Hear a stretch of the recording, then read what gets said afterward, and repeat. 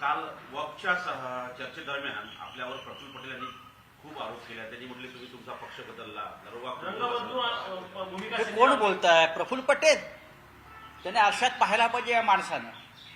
बघा, असं आहे की अशा लोकांच्या तोंडाला काय लागायचं ज्याने आपल्या बापाच्या पाठीत खंजीर बसला.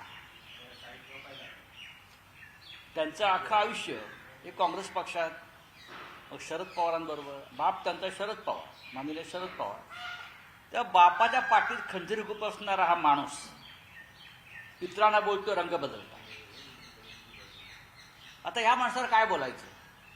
मला भारतीय जनता पक्षाची कीव आहे. समोर गृहमंत्री अमित शहा बसले होते असं वाटतंय मला. कोणते कोणते नमुने भारतीय जनता पक्षामध्ये आणले ज्या प्रफुल्ल पटेलांवर नरेंद्र मोदींनी दाऊदचा हस्तक असल्याचा आरोप केलाय. स्वतः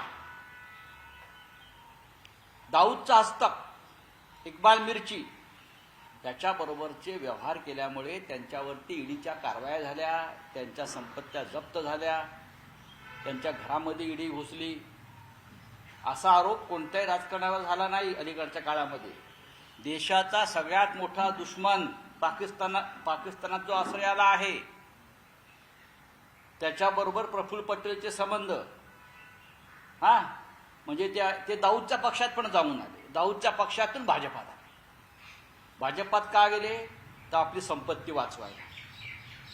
तुरुंगात जाण्याची भीती असल्यामुळे त्याच्यापासून बचाव करण्यासाठी प्रफुल्ल पटेल दाऊदच्या सगळ्या संबंधांसह भाजपात गेले आणि राष्ट्रवादाची, राष्ट्रीय सुरक्षेची भाषा करणारे अमित शहाने त्यांना आपल्या पक्षामध्ये ठेवून घेतले. काय ते वॉशिंग मशीन. अशा प्रफुल्ल पटेल हे संसदेमध्ये आहे. आम्हाला लाज वाटते हो. दाऊदचे हस्तक भाजपने आपल्या पक्षामध्ये घेतले आणि हे दुसऱ्यांना निष्ठेच्या गोष्टी सांगतात, रंग बदलण्याच्या गोष्टी सांगतात. अजित पवारनी स्वतःचं अवमूल्यन करून घेतलंय.